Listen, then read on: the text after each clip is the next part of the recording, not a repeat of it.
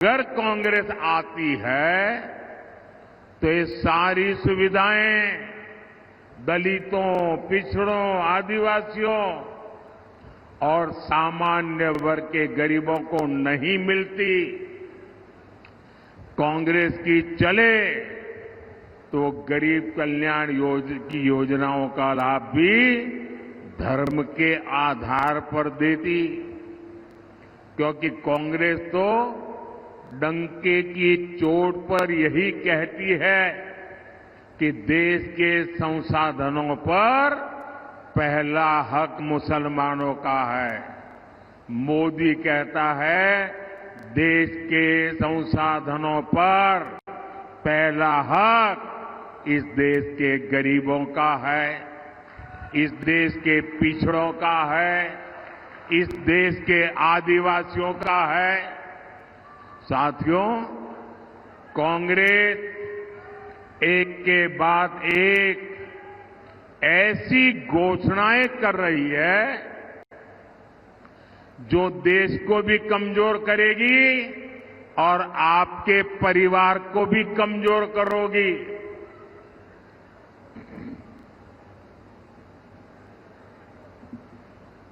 आपने सुना होगा इन दिनों कांग्रेस के शहजादे, अब आजकल वो जरा इतने चिंतित है कि आए दिन उनको मोदी का अपमान करने में मजा आता है।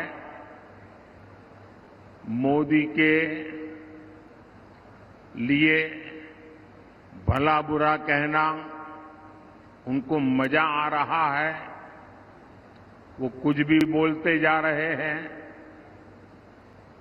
और मैं देख रहा हूं सोशल मीडिया में, टीवी में बहुत सारे लोग चिंता जताते हैं कि भाई ये भाषा अच्छी नहीं है, ऐसी भाषा देश के प्रधानमंत्री के लिए बोलना ठीक नहीं है, ऐसा लोग सोशल मीडिया में कहते हैं। कुछ लोग बहुत दुखी हो जाते हैं कि मोदी जी को ऐसा क्यों बोला, देश के प्रधानमंत्री के लिए ऐसी भाषा का क्यों प्रयोग किया, देश के प्रधानमंत्री को कभी कोई ऐसा बोलता है क्या।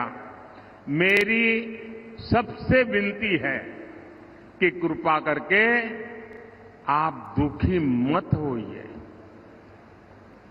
आप गुस्सा मत कीजिए।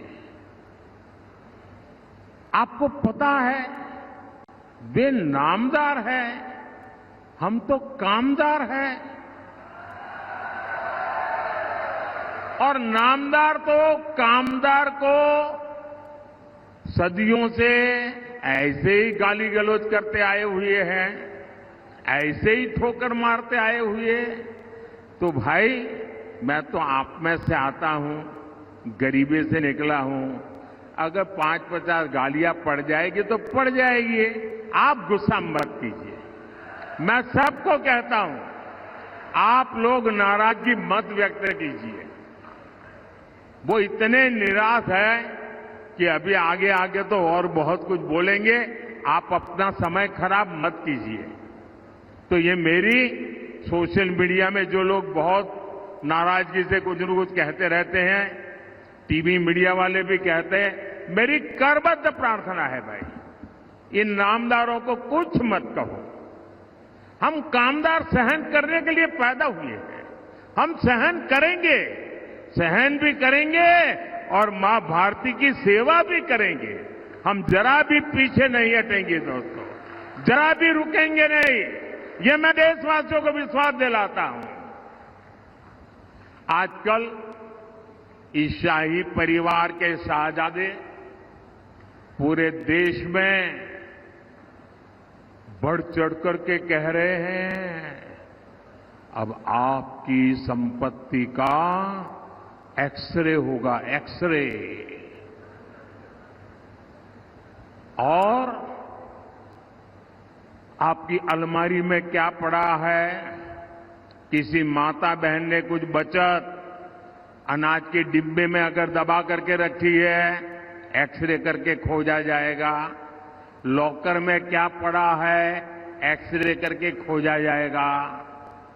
आप जो कमाई करते हैं, हमारी माताओं बहनों के पास जो स्त्री धन होता है, जो स्त्री धन बहुत पवित्र होता है, कोई उसको हाथ नहीं लगाता है, कोई उसको छूता नहीं है।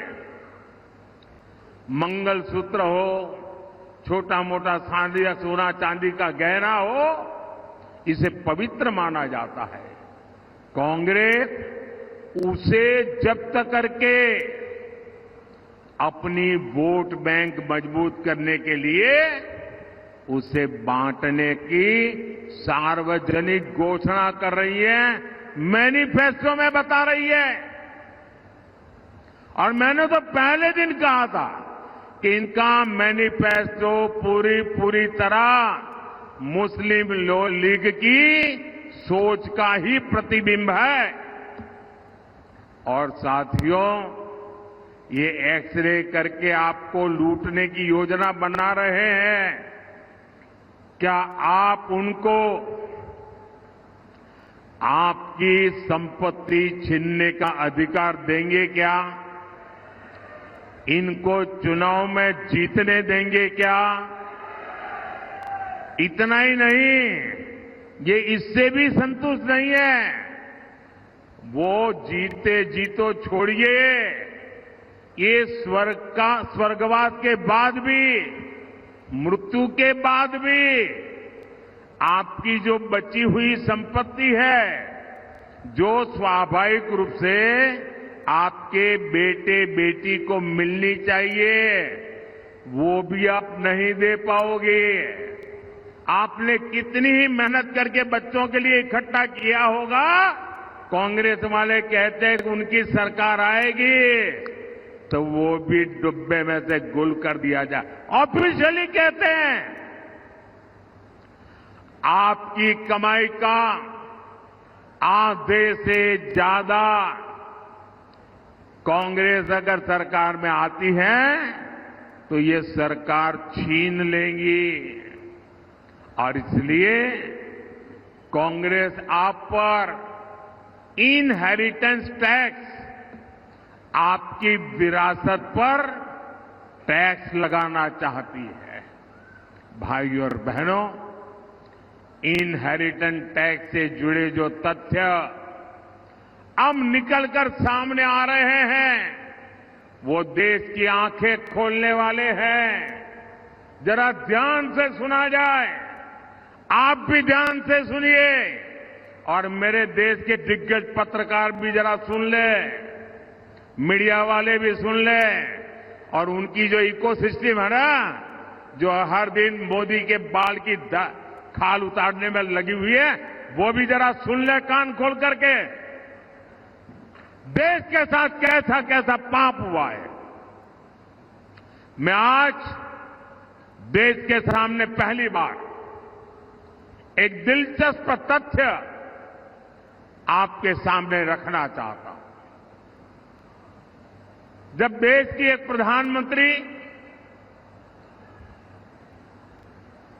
बहन इंदिरा जी नहीं रही, तो उनकी जो मिल्कत थी, उनकी जो